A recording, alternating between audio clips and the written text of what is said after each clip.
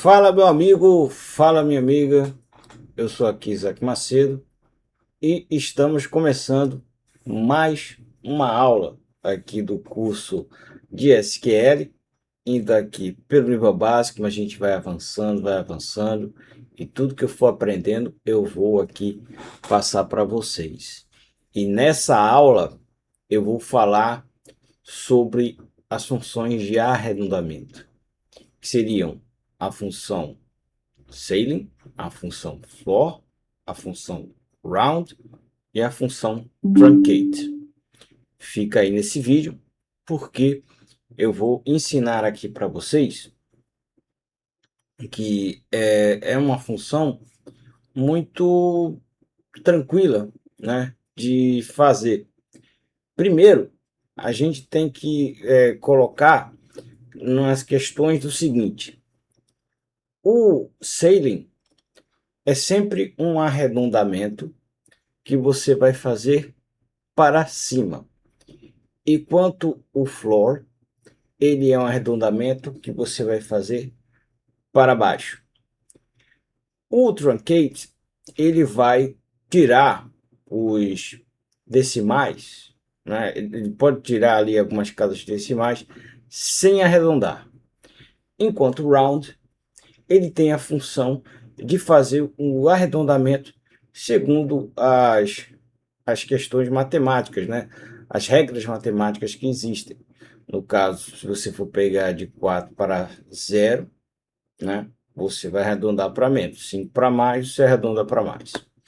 Então, sem mais delongas, vamos fazer aqui alguns exemplos dessas 4 funções de arredondamento. Primeiro, a gente vai fazer aqui uma seleção, né, para ver aqui uma tabela, né, para que a gente possa, a partir daí, ver o que a gente pode fazer com essas funções de arredondamento. Vamos lá? Pois bem, abrindo essa tabela, nós vamos ver aqui, por exemplo, esse custo unit, né? Então aqui o custo de unidade, por unidade. E aí eu quero fazer um cálculo em que eu quero que esse custo ele seja arredondado, mas arredondado para cima, né? Então, o que a gente vai fazer? O sailing. Vamos lá? Hoje eu vou colocar aqui o select. E aí a gente vai colocar o nosso tabzinho para organizar. E vamos colocar aqui o custo unit. Custo unit S, né, que a gente vai apelidar, né, esse resultado. E aí a gente vai colocar custo de unidade,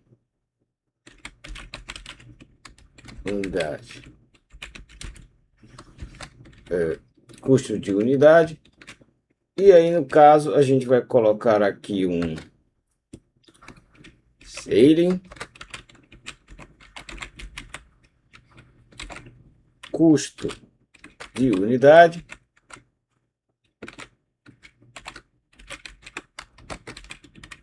custo de unidade, S,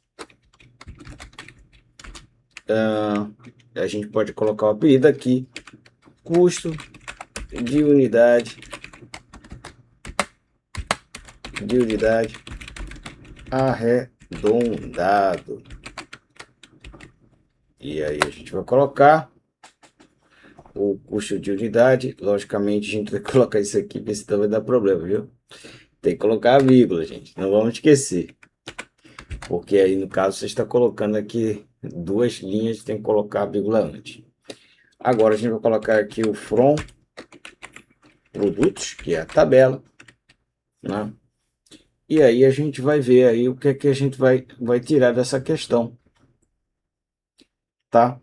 Então aqui você tá vendo aqui o 29,5 pinta, o o 29,2 é o 10, porque o sailing, como a gente está falando, ele sempre arredonda para cima. No caso, se a gente só trocar o sailing pelo o floor, você vai ver que o custo unit vai ser arredondado para baixo, tá vendo? Aqui era 130 e aqui está sendo 129. Então, isso é uma coisa muito interessante. Mas agora eu quero que vocês analisem uma outra coisa interessante que a gente pode fazer com essa ferramenta. Por exemplo, a gente pode pegar aqui e a gente quer pegar assim, por exemplo, a média, né, dos preços que tem nesses produtos, por exemplo. Então, a gente pode fazer aqui uma coisa diferente. Por exemplo, a gente pode pegar um select, tá? A gente pode pegar um select e a gente pode mandar aqui um average, né? Um average preço unit, e a gente coloca aqui as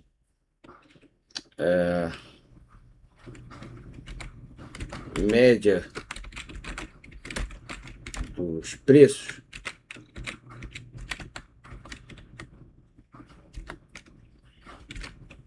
e a gente coloca aqui o from produtos, né? O que a gente vai sair daqui? Essa é a média dos preços. E aí a gente vai colocar, por exemplo, a gente pode colocar aqui vamos dizer aqui um sailing, tá? E a gente pode colocar aqui um sailing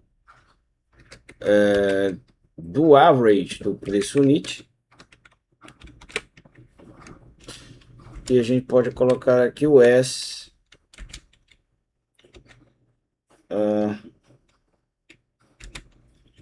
média dos preços arredondado.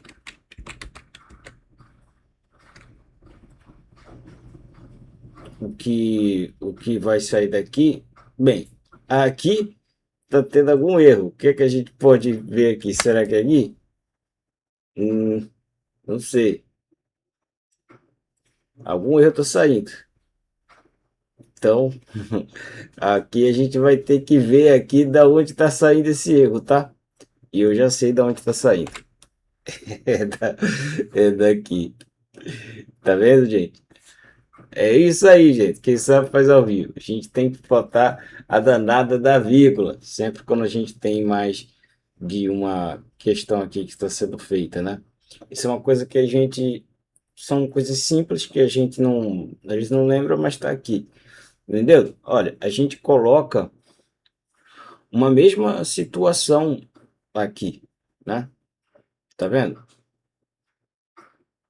Numa situação em que a gente pode colocar o sailing, tá aqui colocando essa situação. Assim como a gente pode colocar também com o round, né? Que no caso que eu falei, que seria o questão do